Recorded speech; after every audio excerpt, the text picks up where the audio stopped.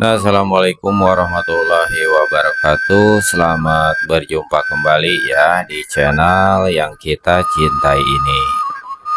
Saya akan melanjutkan cerita silat Wiro Sableng, Pendekar Kapak Maut Naga Geni 212, episode yang ke-11. Raja Rencong dari Utara, bagian yang kedua. Karya almarhum Bastian Tito. Selamat mendengarkan bagian yang kedua. Setan pedang adalah yang paling lekas naik darah di antara kelima setan merah. Melihat orang berani mempermainkan dirinya dan kawan-kawan serta masuk ke dalam pondok dengan petatang petenteng begitu rupa, marahlah dia dan segera menghunus pedang. Raja Rencong, kau anggap kami ini apakah hingga tak memandang mata sedikit pun terhadap kami? Bentak setan pedang. Setan gada menepuk bahu kerabatnya itu dan berbisik, jangan kesusu bertindak gegabah, bangsat ini sangat lihai. Sementara itu setan cambuk maju selangkah dan berkata, harap segera beritahu maksud kedatanganmu Raja Rencong. Raja Rencong dari utara menyeringai dan rangkapkan tangan di muka dada. Kedatanganku ke sini adalah membawa angin baik dan juga angin buruk. Setan cambuk keringitkan kening, kami tak mengerti, harap dijelaskan biar terang. Kembali Raja Rencong menyeringai dan membuka mulut. Pertama, jika kalian berlima sedia tunduk padaku dan masuk ke dalam partai Topan Utara yang bakal kuresmikan pada tanggal 1 bulan di muka, maka aku datang ke sini membawa angin buruk. Untuk itu kalian harus menyerahkan masing-masing 50 keping uang emas. Dan pada hari peresmian berdirinya Partai Topan Utara, kalian harus datang ke Bukit Toba. Kelima setan merah saling berpandangan, dan kalau kami menolak, menyeletuk setan Rencong. Berarti kalian sengaja menghendaki angin buruk, jawab Raja Rencong dari utara, dan kalian terpaksa kumusnahkan dari atas bumi ini. Kesunyian menyeling beberapa saat lamanya. Bagaimana? Angin yang manakah yang kalian pilih? Terdengar Raja Rencong bertanya.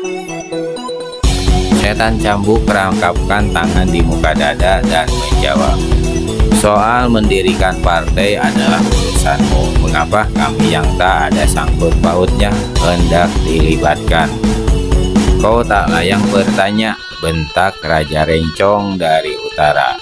Kalau begitu, kau juga tidak layak memaksa, balas membentak setan pedang penuh berangasan. Raja Rencong memandang lekat-lekat pada setan pedang, lalu tertawa sedingin salju di puncak gunung. Memang maksudku mendirikan Partai Topan Utara itu banyak mendapat tantangan, tapi semua yang menantang telah tinggal nama belaka. Agaknya hari ini aku berhadapan pula dengan manusia-manusia keras kepala yang ingin tinggalkan nama percuma di muka bumi ini. Jangan mimpi di siang bolong, sobat tukas setan pedang. Kami bukan bangsa kecoa yang bisa dipaksa. Kami bukan bangsa kroco yang bisa diperbudak siapapun, sekalipun raja dari akhirat. Meski hatinya sepanas bara dan mukanya kelam memerah, namun Raja Rencong dari utara masih saja tertawa seenaknya. Setan cambuk, kau sebagai pemimpin dari gerombolan setan merah harap segera beri jawaban. Kau masuk partaiku atau musnah? Raja Rencong menyahuti setan cambuk. Di dunia ini masing-masing manusia berhak hidup menempuh jalannya sendiri-sendiri. Mau malang, mau melintang itu adalah urusan dan kepentingannya sendiri. Maksudku untuk mendirikan Partai Topan Utara itu tentu saja baik. Tapi untuk masuk ke dalamnya harap kau suka memberi kelonggaran barang 1-2 minggu agar kami pertimbangkan dan pikirkan. Aku datang malam ini dan harus dapat jawaban malam ini juga, kata Raja Rencong tegas. Mendidihlah amarah setan cambuk. Barangkali kau sudah jemu hidup, Raja Rencong. Kurasa demikian, menimpali setan pedang. Dari Raja Rencong di atas dunia, dia hendak minta jadi Raja Neraka di alam akhirat. Raja Rencong dari utara menyeringai. Dia memandang tak berkesip pada setan cambuk dan berkata, "Sekali lagi aku minta jawabanmu yang tegas. Jika menolak, kalian tak akan melihat matahari besok hari."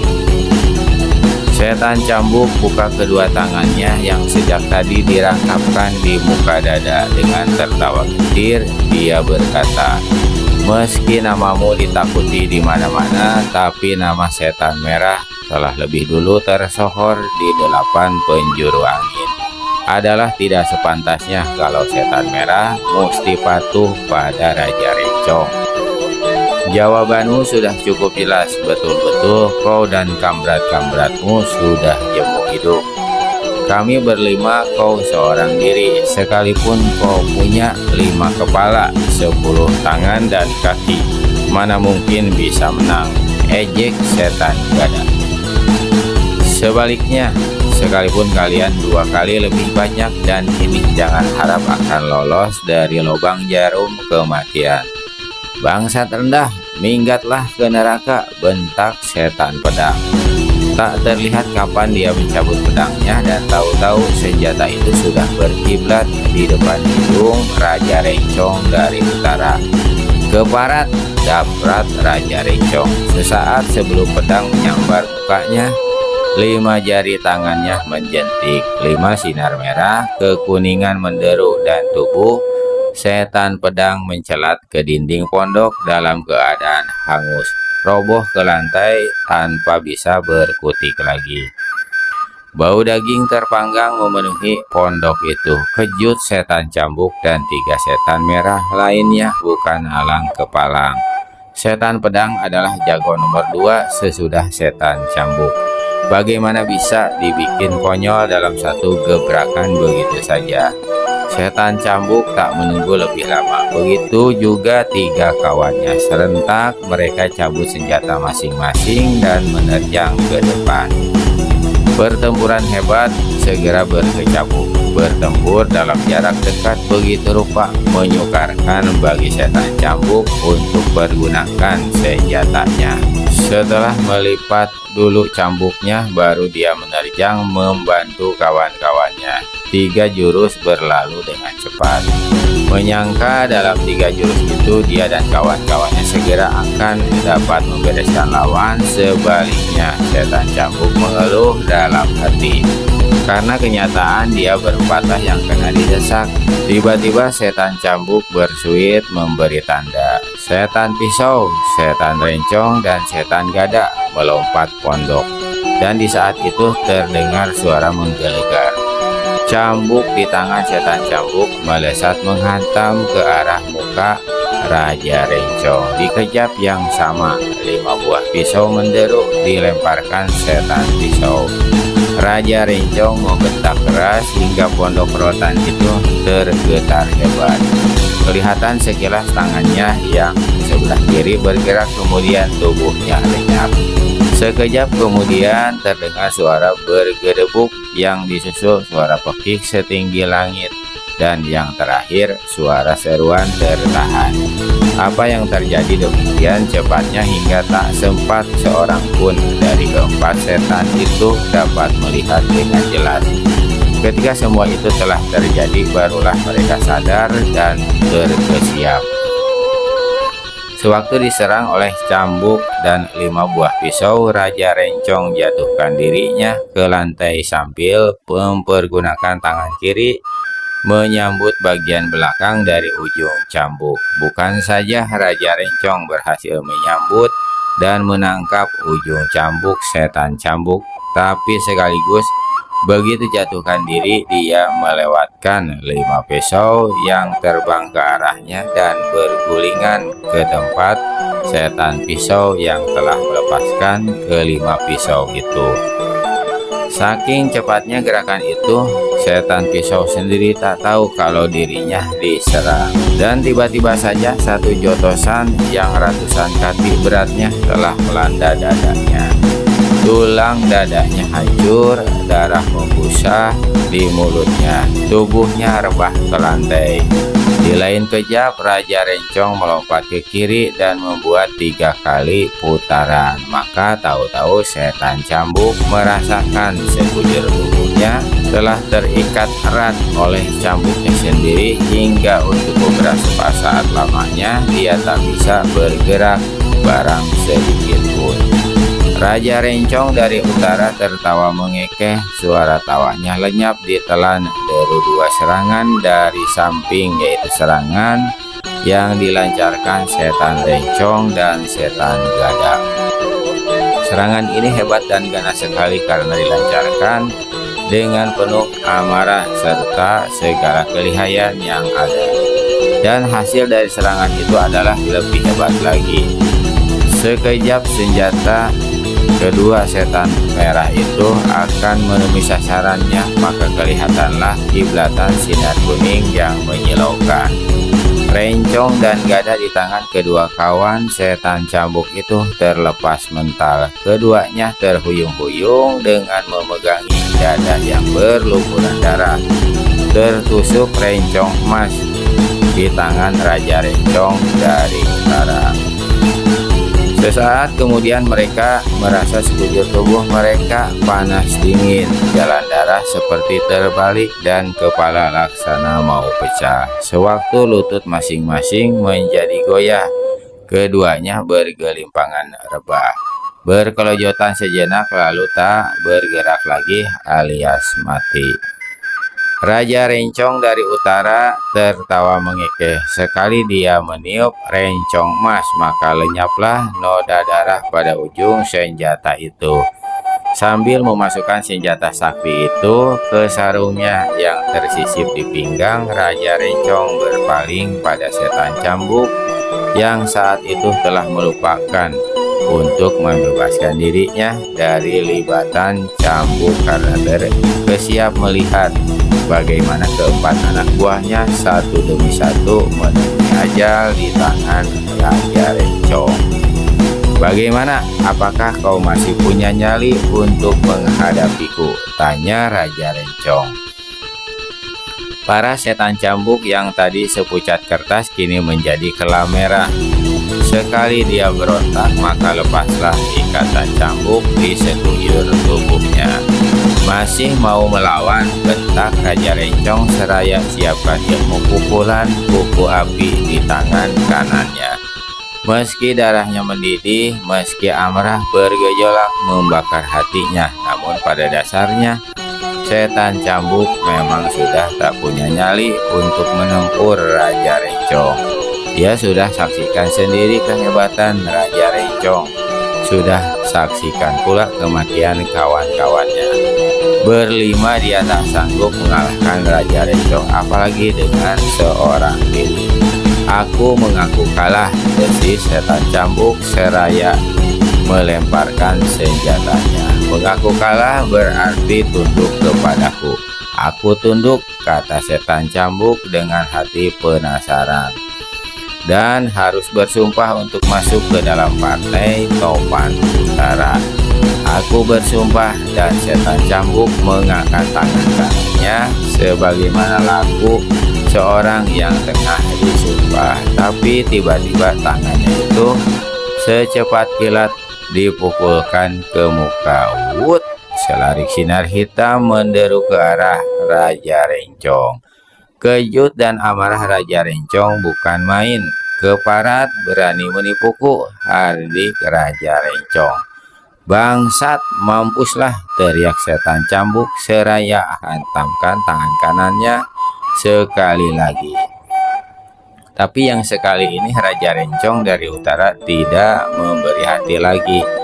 5 jari tangan kanannya menjentik. 5 sinar merah kekuningan menderu dan terdengarlah pekik pemimpin gerombolan setan merah itu. Riwayatnya tamat, tubuhnya hangus kehitaman, menghampar bau daging yang terpanggang.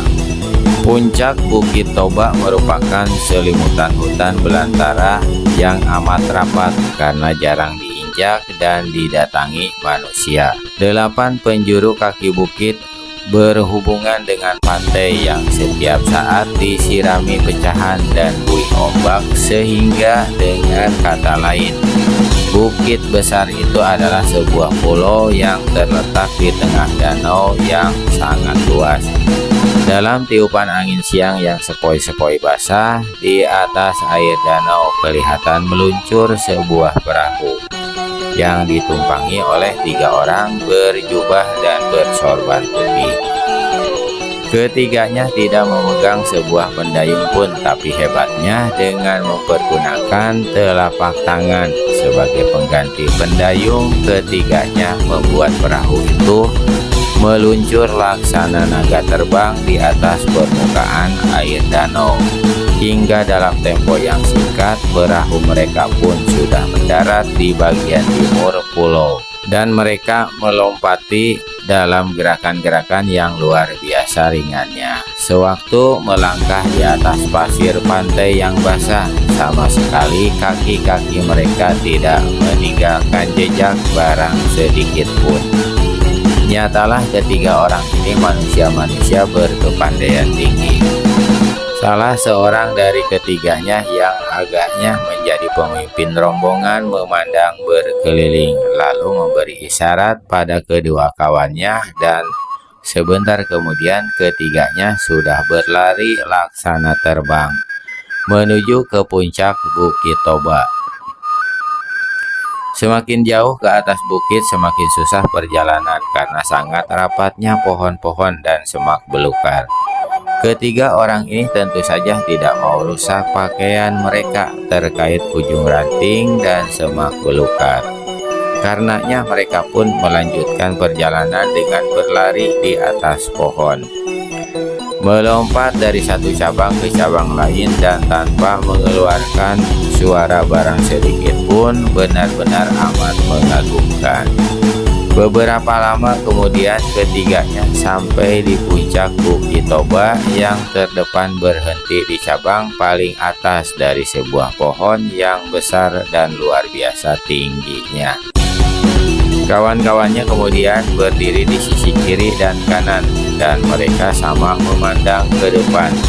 Di depan sana, dikelilingi oleh pohon-pohon besar tinggi, terdapat sebuah bangunan berbentuk istana. Tapi bangunan ini sudah sangat tua sekali dan tidak mendapat rawatan sebagaimana mestinya, hingga keadaannya amat menyeramkan. Seluruh bangunan diselimuti debu tebal, hampir di setiap sudut kelihatan jaring laba-laba, bahkan juga tampak sarang-sarang burung dan kelelawar. Atap bagian depan miring ke kiri, di atas genting tumbuh pohon-pohon kecil. Lumut menyelimuti di mana-mana. Inikah tempatnya? Tanya salah seorang laki-laki tua di atas pohon. Kelihatannya seperti tak pernah didatangi manusia. Mungkin kau salah. Laki-laki yang berdiri di tengah memandang berkeliling sebentar lalu menjawab, kemanapun mata ditujukan, hanya itu satu-satunya bangunan yang kelihatan di puncak bukit ini. Tapi sungguh tak. Diam, ada orang datang, kata orang tua yang di tengah. Sesaat kemudian baru 2 orang tua lainnya mendengar suara bergemerisi. Ini sudah cukup menjadi pertanda bagaimana tingginya ilmu kedua orang yang belakangan ini, tapi masih berada di bawah orang tua yang pertama. Ketiganya cepat memandang berkeliling.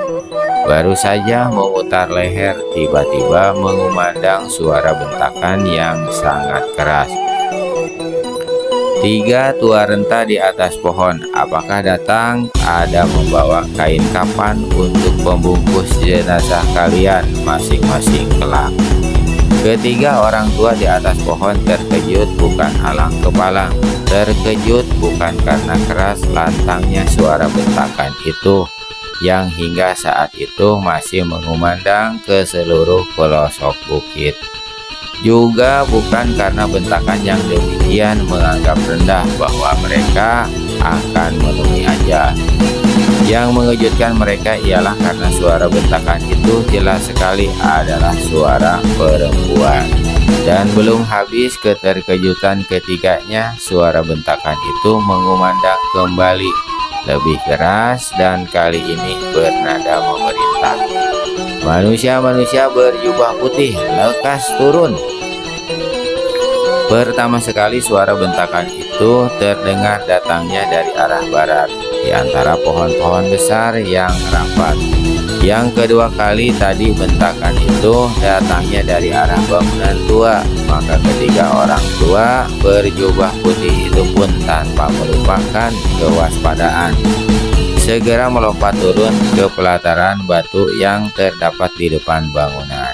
Namun tiada terkirakan kejut dan peranjat mereka sewaktu orang yang tadi membentak bukan muncul dari dalam bangunan tua, melainkan dari balik pohon besar di atas mana mereka tadi berdiri.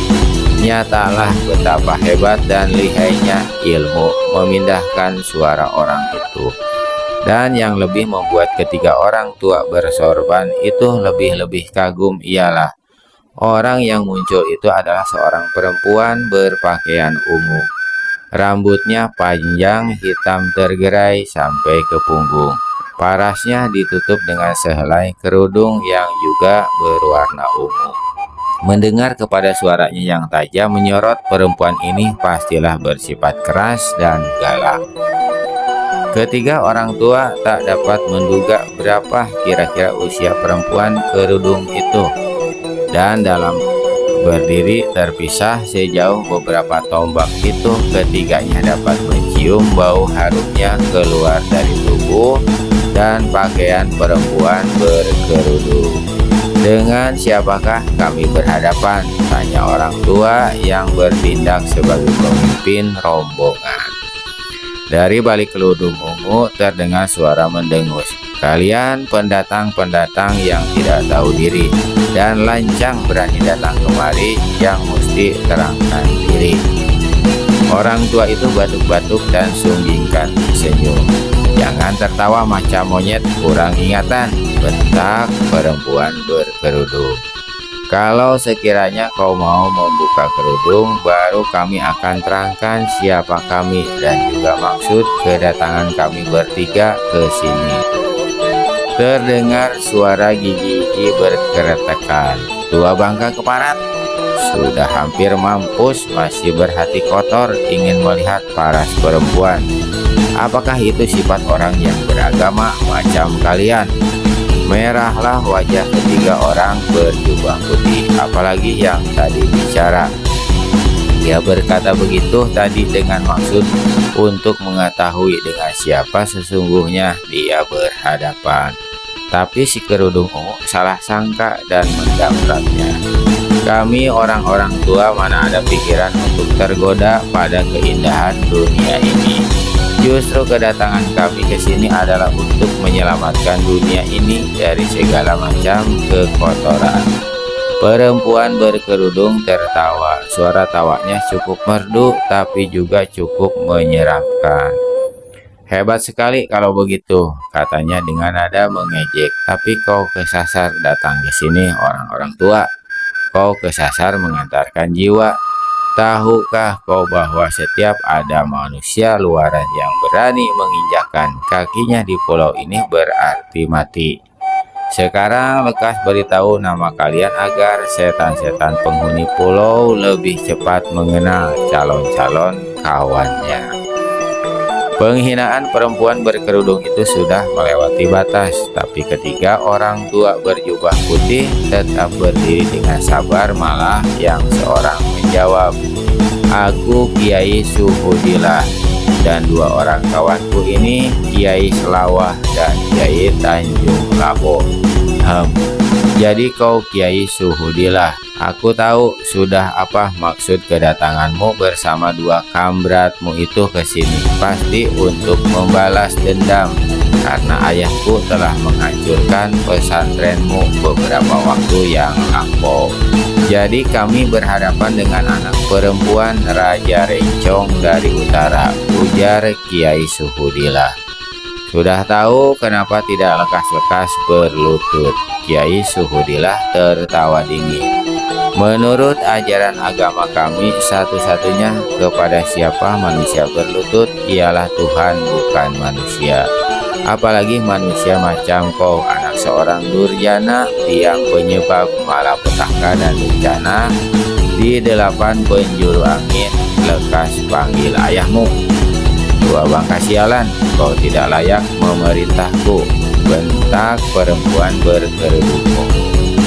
Jika demikian, berkata Kiai Selawah, harap dimaafkan kalau kami mungkin terpaksa memaksamu. Anak Raja Rencong dari utara berpaling kepada Kiai Selawah. Mulutmu sombong, tapi kau bicara masih punya perasaan. Kelak kematianmu lebih pentingan daripada kawanmu yang satu ini. Dan dia menuding pada Kiai Suhudilah. Dan setelah memandang Kiai Suhudilah dengan sorot matanya, perempuan itu berkata, kedatanganmu ke sini pasti untuk balas dendam pada ayahku. Sebelum ayahku muncul, ku nasihatkan agar kau cepat-cepat saja bunuh diri. Itu lebih baik bagimu, orang tua. Air muka Kiai Suhudilah kelihatan merah. Bagaimana sabarnya seseorang, lambat laun kesabarannya akan luntur juga. Perempuan, kesombongan dan kecongkakan ayahmu rupanya sudah kau wariskan selagi dia masih hidup. Kuharap kesombongan dan kecongkakan itu segera kau buang bila ayahmu meninggal. Dua bangka bermulut besar, kau berani menghina aku dan ayah. Makan jariku ini.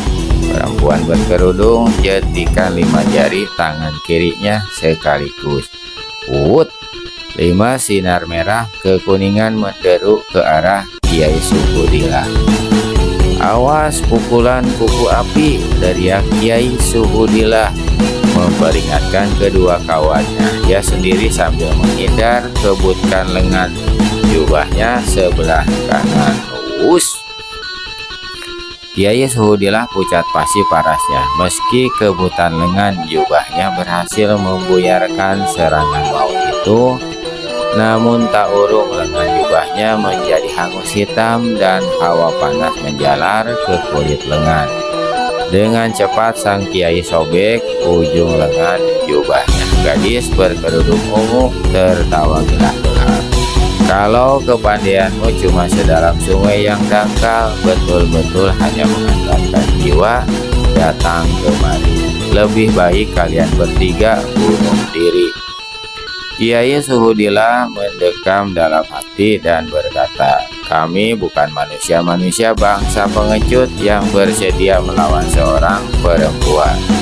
Lekas panggil ayahmu, benar-benar tidak tahu diri. Diberi kesempatan bunuh diri malah tambah menantang. Bola mata si gadis menyorot tajam dan sesaat kemudian tubuhnya berkelebat dan tahu-tahu sudah membagi serangan pada ketiga kiai dalam satu jurus bernama 3 ekor naga menggempur sang surya. Kembali ketiga kiai dikejutkan oleh kehebatan serangan ini. Cepat-cepat mereka menghindar dan setelah saling memberi isyarat serentak maju untuk meringkus anak gadis Raja Rencong itu hidup-hidup. Namun mereka tertipu, tidak semudah itu untuk menangkap hidup-hidup gadis yang sudah menguasai lebih setengah bagian dari ilmu silat ajaran ayahnya. Begitu ketiga kiai serempak maju, tubuh si gadis berkelebat dan lenyap. Lalu terdengar suara lengkingan seperti lengkingan burung raksasa. Lobang telinga ketiga kiai terngiang sakit. Dan dalam pada itu, pada satu tebasan tepi telapak tangan menderu sekaligus ke arah kepala mereka. Kiai Suhudillah dan kawan-kawan terpaksa tersurut mundur untuk selamatkan kepala masing-masing. Mereka mengeluh jika anaknya demikian hebatnya. Tentu ayahnya bukan lawan enteng meskipun mereka bertiga. Kiai Suhudillah merenung cepat. Dia adalah seorang yang bermata tajam dan setiap bertempur selalu memperhatikan gerak-gerakan yang dibuat lawan. Meski baru satu gerakan, namun dia telah dapat melihat sifat-sifat gerakan si gadis dan tahu di mana letak kelemahan ilmu silat lawan. Dengan cepat Kiai Suhudillah berkata dengan menyusupkan suara pada kedua kiai lainnya. Kita serang dia dengan barisan 3 malaikat lenyap ke langit. Kiai Salawah dan Kiai Tanjung Laboh mengangguk tanda mengerti.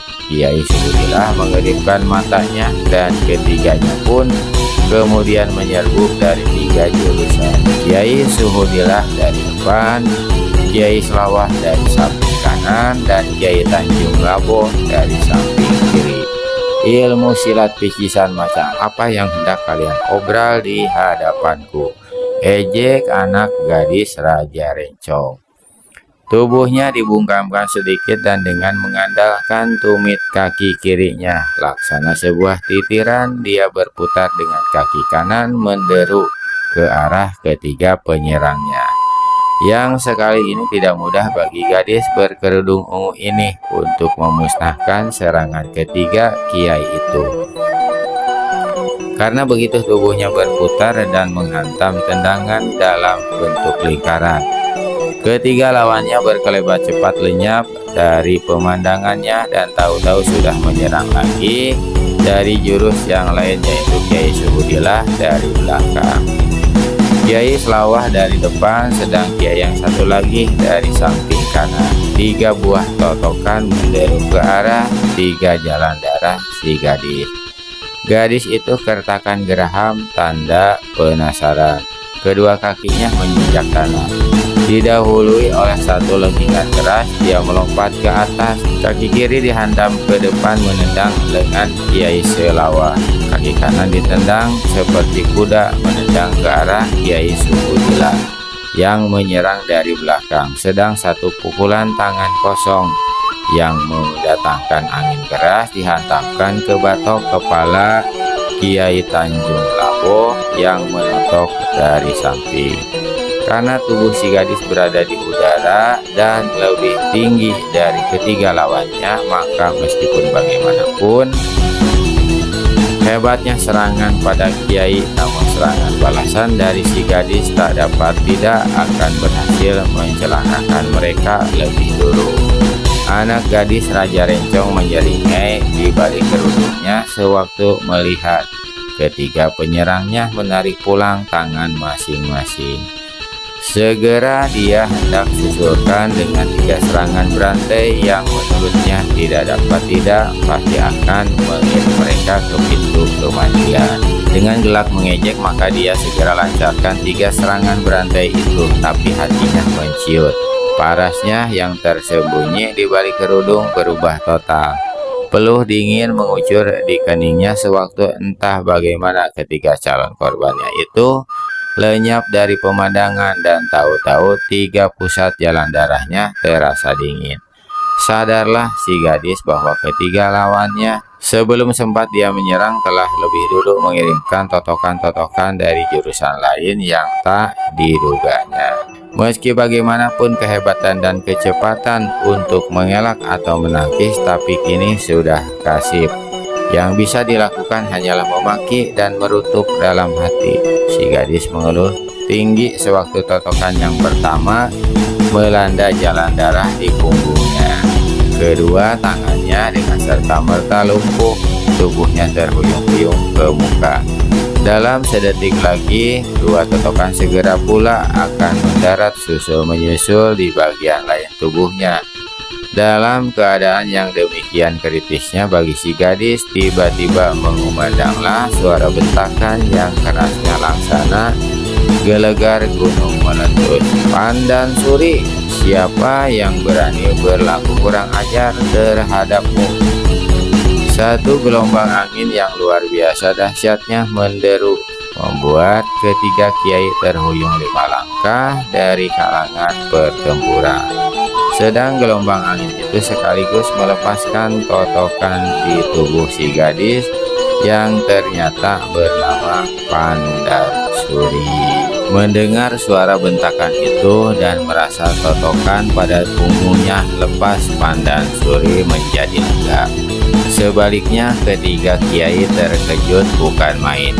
Mereka adalah orang-orang cabang atas dalam ilmu silat, tapi sekali terpa saja ketiganya telah dilemparkan keluar sejauh 5 langkah dari kalangan pertempuran.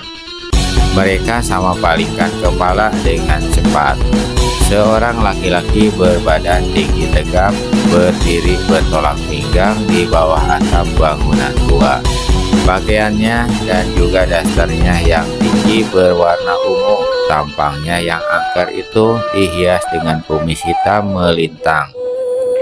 Bajunya yang sengaja tidak dikancingkan memperlihatkan dada yang penuh otot dan berbulu. Apakah kami berhadapan dengan Raja Rencong dari utara? Tanya Kiai Suhudillah. Pelipis laki-laki itu menggembung. Sialan, ditanya malah menanya. Jawab, apa kalian tidak malu mengeroyok seorang perempuan? Malu atau tidak malu bukan itu soalnya, jawab Kiai Suhudillah. Kami datang mencari Raja Rencong dan anak gadisnya hendak membunuh kami bertiga. Apakah salah kalau kami tak bisa berpangku tangan? Laki-laki berkumis pelintang tertawa sambil usap dada-dada yang berbulu. Baru menghadapi anaknya kalian sudah kewalahan. Bagaimana kalian punya nyali untuk datang kemari dan mencariku? Ayah, perlu apa bicara panjang lebar dengan tua bangka ini? Dia telah menghina kita. Biar kau saksikan bagaimana aku memberi pelajaran caranya mati pada mereka. Pandan Suri lantas cabut 11 rencong perak dari bawah dari balik pakaiannya. Senjata ini berkilauan ditimpa sinar matahari dan adalah sebuah senjata mustika. Tanpa berpaling pada anaknya, Raja Rencong berkata, Pandan, kau masuklah, siapkan arena topan utara. Meskipun hati penasaran sekali diperintah demikian, dengan banting-banting kaki Pandan Suri akhirnya masuk ke dalam bangunan tua yang berbentuk seperti bangunan tempat kediaman hantu itu. Raja Rencong dari utara, kata Kiai Suhudillah. Banyak hal pertanggung jawab yang hendak kuminta padamu. Begitu, silahkan masuk ke tempatku. Kita bicara di arena topan utara. Cukup di sini saja, sahut Kiai Suhudillah. Raja Rencong menyeringai, walau bagaimanapun aku masih punya peradaban dalam menerima kunjungan tamu. Sekalipun tamu-tamu itu datang sengaja untuk mencari mampus. Habis berkata begitu, Raja Rencong memutar tubuh dan masuk ke dalam bangunan tua. Mau tak mau, ketiga kiai terpaksa mengikuti dari belakang. Bangunan itu ternyata panjang sekali. Ketiga kiai melangkah di belakang Raja Rencong terpisah sejauh 10 langkah. Mereka senantiasa berlaku waspada karena kalau bangunan tua itu betul-betul menjadi sarang Raja Rencong dari utara, bukan mustahil dilengkapi dengan segala macam alat rahasia yang berbahaya. Dan bukan tidak mustahil pula Raja Rencong tengah hendak menjebak mereka bertiga. Kawan-kawan, bagaimana kalau kita serang dan ringkus dia hidup-hidup selagi membelakangi kita ini? Bisik Kiai Selawah. Kiai Suhudillah merenung sejenak lalu menggeleng belahan. Itu tindakan pengecut katanya. Kalau kita menang tak akan terpuji, kalah malah memalukan. Tapi terhadap manusia biang malapetaka macam yang satu ini, kurasa tak perlu memakai segala macam ukuran baik dan buruk lagi, bisik Kiai Tanjung Labuh. Walau bagaimanapun kita tak bisa bertindak begitu, menyahuti Kiai Suhudillah. Ketiganya melangkah terus mengikuti Raja Rencong. Mereka menuruti sebuah tangga batu. Tangga itu sebenarnya terbuat dari batu marmer yang putih bersih. Tapi karena tak pernah dirawat dan dibersihkan, tangga itu telah menjadi hitam diselimuti lapisan debu setinggi beberapa mili. Raja Rencong menuruni anak tangga dengan sikap acuh tak acuh. Ketika Kiai Suhudillah dan kawan-kawan memandang ke bawah, pada lapisan debu yang menutupi anak-anak tangga tak kelihatan sedikit jejak pun. Sebaliknya, ketika mereka memandang ke belakang, ke anak-anak tangga yang tadi mereka lewati, kentaralah jejak-jejak kaki mereka, meskipun tidak membayang jelas. Dan ketiga kiai ini sama-sama menggigit bibir. Kuatkan hati kalian, bisik Kiai Suhudillah memberi semangat. Betapapun kejahatan itu tak bisa bertahan lama. Kalaupun kita harus pasrahkan jiwa di tempat ini, kita mati dalam berjuang, mati syahid. Di bagian bawah bangunan tua itu terdapat sebuah ruang batu yang amat luas yang kira-kira dapat menampung 500 orang. Di keempat tepinya, ruangan batu itu berbeda sekali dengan seluruh keadaan bangunan yang telah dilihat oleh ketiga kiai. Keadaannya luar biasa bersihnya hingga bayang-bayang tubuh orang yang berada di ruang itu akan kelihatan samar-samar di lantai dan dinding serta atap. Ruangan itu berbentuk 4 persegi. Di bagian tengahnya terdapat pelataran yang agak tinggi berbentuk lingkaran. Inilah arena topan utara. Di tengah arena terdapat sebuah meja kayu jati yang indah terukir-ukir dikelilingi 4 buah kursi. Satu dari keempat kursi ini lebih bagus dan besar dari 3 lainnya. Di atas meja terdapat 4 buah piala perak. Raja Rencong naik ke atas arena dan duduk di kursi besar, memandang pada ketiga tamunya dan berkata, "Silahkan mengambil tempat duduk." Ketiga kiai duduk di masing-masing kursi. Kewaspadaan mereka semakin dipertebal, tak seorang lain pun yang kelihatan. "Sebelum kita bicara, silahkan minum arak dalam piala." Raja Rencong lalu mendahului meneguk arak dalam piala di hadapannya. Ketika dia meletakkan piala yang kosong itu di atas meja, kembali matanya membeliak. "Kenapa kalian tidak mau minum?" "Terima kasih, agama kami tidak memperkenankan meneguk minuman keras macam begini," sahut Kiai Suhudillah. Agamamu, di sini kalian harus mengikuti aturanku dan menghormati diriku. Lekas minum." "Terima kasih, lebih baik." "Apakah kau kira aku hendak meracuni kalian?" sentak Raja Rencong mulai beringasan. "Kami datang ke sini bukan untuk minum-minum," membuka mulut Kiai Tanjung Labuh, "tapi untuk bicara, untuk meminta pertanggungan jawabmu." Raja Rencong menyeringai, lalu matanya yang garang menyapu paras ketiga kiai di hadapannya, dan dari mulutnya mendesis suara pertanyaan. "Bicara hal apa dan pertanggungan jawab apa?" "Kurasa kau sudah cukup maklumi," jawab Kiai Suhudillah. "Tapi aku tak keberatan untuk mengatakannya belak-belakan padamu. Selama belasan tahun daerah utara ini aman tentram. Namun sejak kau muncul maka di mana-mana timbul malapetaka, di mana-mana timbul keonaran. Kalau cuma malapetaka dan keonaran biasa itu bukan apa-apa. Tapi kau juga sekaligus mempunyai cita-cita untuk mendirikan sebuah partai yang bertujuan jahat semata-mata. Sampai di situ Raja Rencong menukas, apakah menjadi hak orang lain untuk tidak tenang dengan cita-cita seseorang? Memang bukan hak orang lain, tapi kalau cita-cita itu hendak dicapai dengan mengorbankan nyawa manusia yang tak mau tunduk dan ikut dalam partaimu dengan jalan membunuh puluhan manusia tanpa kemanusiaan, maka itu adalah hak setiap orang untuk turun tangan. Di samping itu, aku pribadi ingin meminta pertanggungjawabanmu atas kematian wakil serta 20 orang penghuni pesantren Suhudilah. Raja Rencong dari utara memutir-mutir kumis-kumisnya.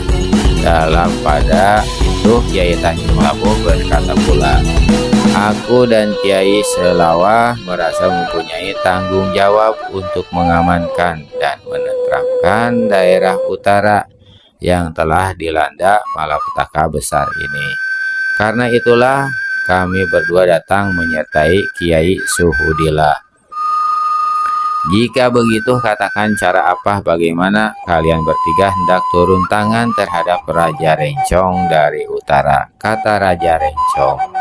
Atas apa yang kau telah buat di dunia luar dan pesantrenku, aku dan kawan-kawan hendak memisahkan batang lehermu dengan badan. Namun sebagai orang beragama, kami masih mau memberikan ampunan dengan jalan hanya memotong kedua tanganmu sebatas siku. Raja Rencong dari utara keringitkan kening, mendelikan mata lalu tertawa gelak-gelak hingga keempat dinding ruangan itu bergetar. Tangan kirinya mengusap-usap dada yang berbulu.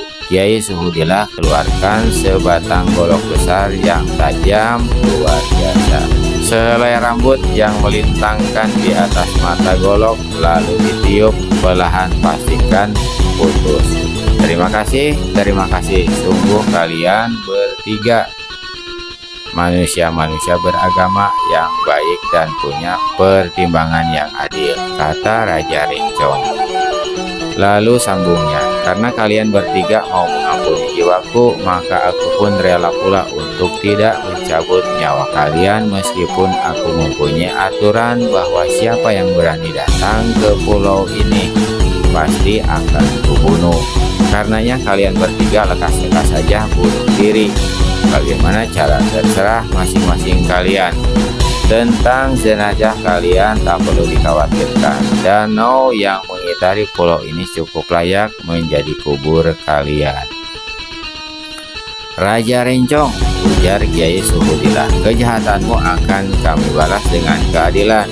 Itu sudah lebih dari layak.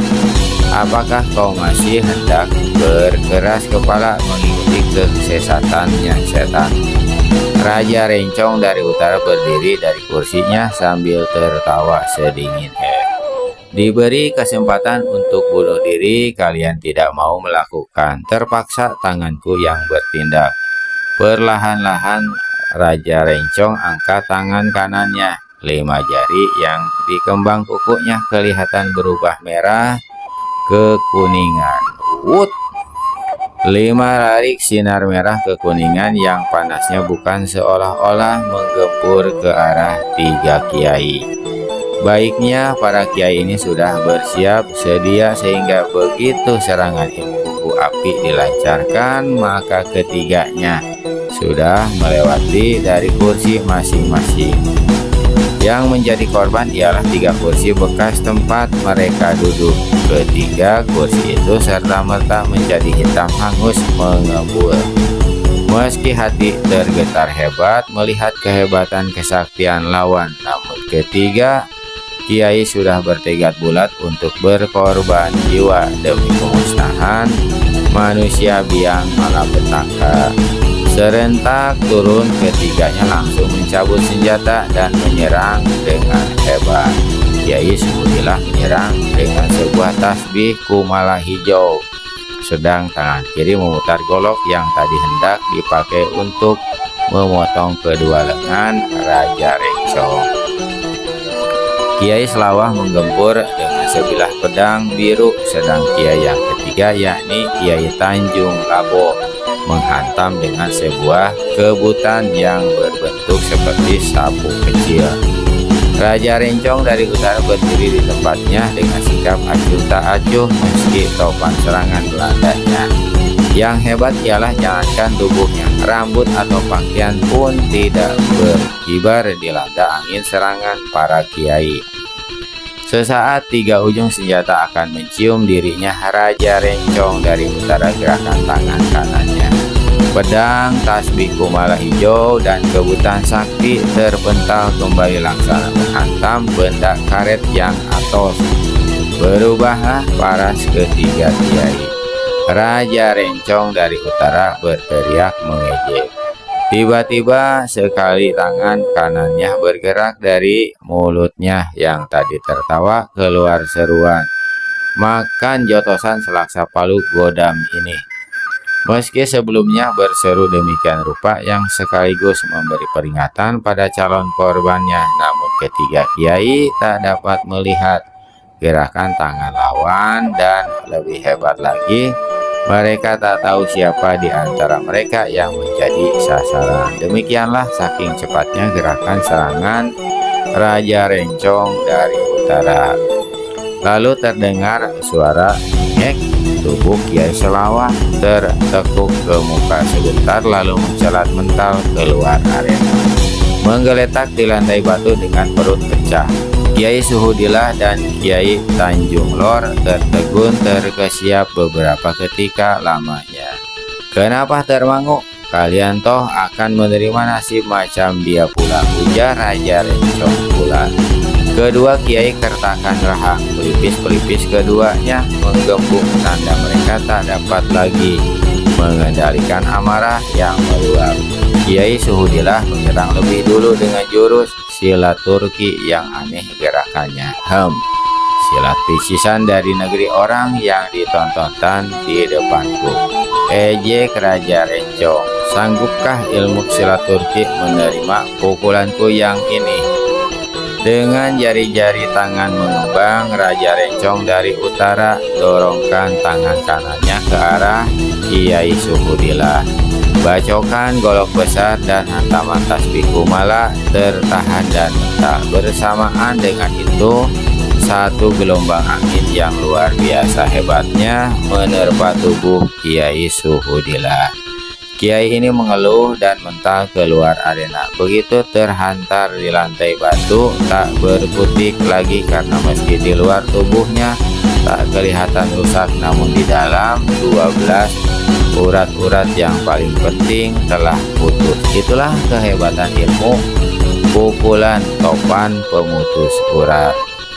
Semangat Kiai Tanjung Laboh seperti terbang menyaksikan kematian kedua kawannya itu. Mukanya pucat tiada berdarah, dan tiba-tiba Raja Rencong berpaling padanya dengan serenyai maut bermain di bibir. "Sesudah melihat tontonan ngeri itu, apakah kau masih punya nyali? Bukankah lebih baik bunuh diri saja agar kau bisa mampus dengan enak? Demi Tuhan, lebih baik mati dengan senjata di tangan daripada melakukan kepengecutan," jawab Kiai Tanjung Laboh. Seluruh tenaga dalamnya telah dialirkan ke ujung kebutan, dan sekali dia menggerakkan senjata itu, maka 10 jalan darah di tubuh Raja Rencong diancam bahaya maut. Anehnya Raja Rencong cuma ganda tertawa yang membuat darah Kiai Tanjung Laboh tambah meluap-meluap. Sekejap lagi sambaran ujung kebutan akan melanda jalan-jalan darah di tubuh lawannya. Tiba-tiba tangannya terasa kesemutan dan kebutannya terbentar lepas dari tangan. Meski menyadari sepenuhnya bahwa Raja Rencong bukan lawannya, namun dengan kalap Kiai Tanjung Laboh yang berhati jantan itu menyambar pedang Kiai Selawah yang tadi terjatuh, dan dengan senjata itu dia menggempur habis-habisan. Hujan serangan menelikung tubuh Raja Rencong yang sama sekali tidak bergerak di tempat, malah menanggapi serangan itu dengan tertawa-tawa. Kiai Tanjung Labuh penasaran dan juga heran kenapa pedangnya sama sekali tak berhasil menyentuh bagian tubuh manapun dari lawannya. Tengah dia bergigih serangan, tiba-tiba Raja Rencong bersejuk. 3 jurus kau mencak-mencak sudah kelewat cukup. Lihat jotosan, awas kepalamu. Meski sudah diperingatkan demikian rupa, namun sewaktu pukulan selaksa palu godam menyerang kepalanya, Kiai Tanjung Labuh tak sanggup berkelit. Dicobanya membabat lengan lawan dengan pedang, tapi sudah tidak keburu. Kiai yang terakhir ini terbadai di lantai dengan kepala pecah, darah muncrat, dan otak berhamburan. Bersambung. Nah, paling segitu dulu aja teman-teman ya. Nanti akan kita lanjutkan lagi. Mohon maaf atas segala kekurangan. Terima kasih atas segala perhatian. Wabillahi taufiq wal hidayah. Wassalamualaikum warahmatullahi wabarakatuh.